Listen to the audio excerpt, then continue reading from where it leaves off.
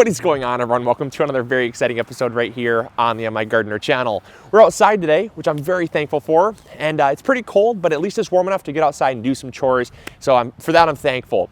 Today, we're going to be getting the orchard ready for spring.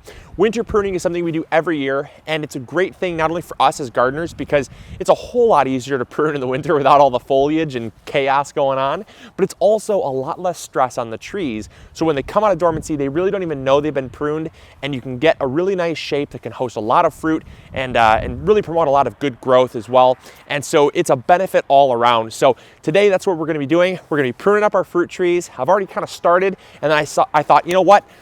To heck with it, let's bring you all along. This is gonna be a fun episode, so I brought the camera out. So I already pruned the peach tree behind me here. This is our newest addition to our collection. It's called Belle of Georgia, and I am just so excited about this variety. It's a hybrid, and it's a hybrid peach variety that is a lot more resistant to not only peach canker, but also the oriental fruit moth. And so those are two things for those of you that have been watching this channel for some time that have really plagued us. So I'm really excited to see how this one does, because if this one does really well, I'll buy a few more, because we're actually going to be adding on to our orchard and planting another 3 or 4 fruit trees in our orchard in the coming spring. So if this one does super well, I'll add that to my kind of to plant list, because peaches are just something you can't get enough of. So so let's go. Let's get this. Well, actually, I already pruned this one, so I'm going to walk you through kind of what I did and my justification for doing the things that I did. And then we'll prune up some of the other ones that need a little bit of maintenance. So this fruit tree was growing pretty untamed. It hadn't ever been pruned, and one of the things that it had was this huge center growth point. And in a peach tree, that's got to go. So what we did was we actually pruned off all that center growth, because what we want to do is we want to open up a goblet. A goblet is the shape that every arborist looks for with fruit trees, because it's the shape that will host the most amount of fruit, but it'll also allow the most even ripening and the least amount of disease. Because the thing is that when there's a ton of foliage in the center, it tends to crowd out airflow, and it also doesn't allow sunlight to ripen all of the fruit uniformly. So what we've done is we've just gone in here and pruned up all of the center growth, and really allowed just all these lateral branches to come outwards, and that is a beautiful shape for this tree. Now, you might be wondering, is there any ill effects to pruning a young tree like this? This tree is only about 2.5 years old, and it will set fruit next year, but it still is pretty young in the large scope of fruit trees. So is there any ill effects with pruning a fruit tree young? And the answer is absolutely not. In fact, I always advocate pruning young, because it's like the saying when, if your parents told you to, stand up straight as a kid, don't slouch. Well, this basically is the exact same, it's basically the exact same saying. If you want a good posture, you got to train young, because you can't fix your posture once you're 60, 70 years old. Your bones have already kind of grown in that way. Well, the thing is when these trees are young, they're very moldable. They're very easy to prune and kind of get the right shape. But once the trunks thicken up and the bark thickens up, everything kind of gets locked in place. So I'd much rather prune them when they're young, get the shape that I like, and then it's basic, it's just basically very minimal maintenance every year to kind of just continue that shape and promote that good shape that I like. But by no means will the tree really be stressed. Now, the next thing we have to do is we have to remove this tag and move it up to a lateral branch. This is a big mistake I see many beginning fruit tree growers make, is they leave this tag on, and you can already see where it was starting to girdle the stem there. It was getting way too tight. And so what we're going to do is we're just going to move it up here to one of these smaller branches. And it's a little hard to do with one hand. There we go. And so now it is way more, it's way more free, and it won't be restricting. But obviously it is important to know what varieties these are. So I'm just keeping that on that branch there, and that won't be any harm. But always remove. A lot of nurseries put them down here so that they don't blow away or break off, but always move them up to these top branches when you can. All right, so this is our cherry tree here. And there's not a whole lot that you need to really prune on cherries, because they don't really grow, they don't have a whole lot of weight on their branches. So the more branches you have, the more fruit you're going to get. However, I like to make sure that it is at least able to be harvested from. I don't want to be up on a ladder. Ladders are, they're just not safe. I don't care which way, I don't care how safe you are. I'd rather not be on a ladder. I'd rather harvest from my feet. And also, it's way more inviting to birds. And also, it's a lot of energy being wasted where it could be spent just being more efficient. So with this, I just want to make sure that it's about as tall as I am and no taller. So all we're going to do is we're just going to come in here and we're just going to top off these top branches here. It's always smart to cut at a 45-degree angle too, because a 45-degree angle will help any water shed off.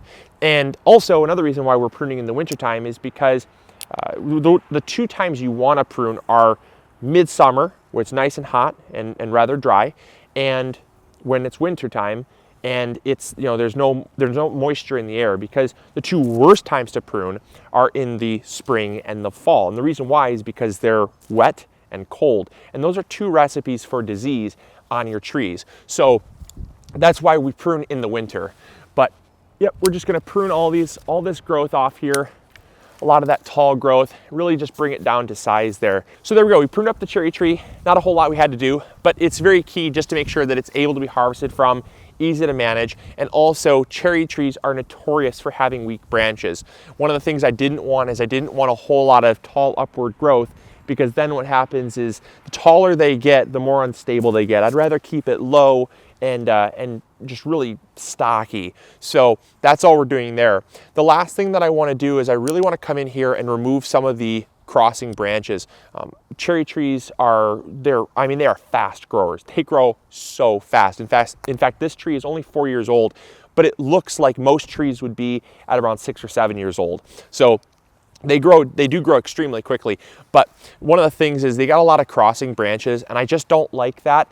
Even though they don't have disease as much as other trees do, I don't like to promote any type of clustering. I do really like to open my trees up personally. And so I'm gonna come in here and I'm just going to cut out any of those branches that are really kind of crowding that center out, because they're not gonna get enough sunlight. The fruit really won't ripen evenly. And also, even if it does ripen, the fruit will usually be smaller, more tart. It doesn't have really well-balanced flavor. And so having access to sunlight is really important. So I'm just coming here and just removing all those tiny little branches. And the tree will definitely appreciate that. So our peaches are insane. The one thing that I see here right off the bat is I see another really tight name tag. So what I want to do is I want to get this taken care of. This is always something you got to watch out for. I moved it from the trunk up to this limb, and the limb has grown so much that now I've got to move it up to a different limb here, or kind of pick a different way of hanging it all together. So, but I like having my name tags on my trees there. So I just put on a really, really skinny branch that'll be there for a while. So here's the thing. What I want to do is I want to promote a lot of outward growth. Again, having that goblet's very important. But you see here, I've got this one branch here. I just neglected pruning it for too long, and I really didn't want to prune it because it had so much fruit on it last year, and I just kept putting it off. But you know what? Putting it off is the worst thing you can do. Prune it while it's young and just get it over with. So come on in here. I'm gonna show you this branch and just how kind of how once I prune it, you'll really see the difference it's going to make.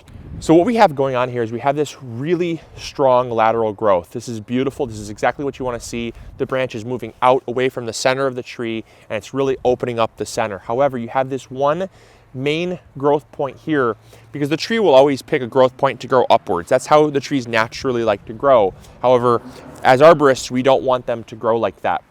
So you get this main growth point here that's growing up and out, and then you get this growth point here that's growing inwards towards the tree. This whole thing, it looks beautiful, but at the end of the day, it's actually a detriment to the overall health of the tree and future yields. So what I want to do before this thing gets any bigger is I just want to prune this right now. Yeah, there we go. It's important to know the limitations of your pruners here. These pruners can prune up to 3/4 of an inch. So I wasn't too concerned. But if you're not going to get a really clean cut, don't try to press your limits. Get something that's going to do the job. it's always really important to make sure you have a really nice clean cut, because if it's not clean and it frays and it rips and shreds, it's going to leave open surface area for water, moisture, pests, and things like that to get in, and that really only hurts the health of the tree. So this is a really nice clean cut. And as you can see now, look at that. I mean, that is so much better. I'm so glad that I did that, because now there's just nothing but outward growth, nothing's growing up, and that means that we're going to have a really well-balanced tree. So the apple trees actually look pretty good when I looked at them. There wasn't a whole lot that I needed to prune. A lot of that stuff was done in the summer. So because they're still so small and so young, there's not a whole lot of pruning left, but you'd prune them exactly the same as you do your peaches. Keep that goblet forming, have a few growth points that are going to be growing out away from the tree, forming your firm fruiting points. After that, prune anything else that's going to be clustering and really kind of blocking that good airflow. But they were pretty much done. So the only thing left is the pear tree. Now the thing with pear trees is that they really like to grow up.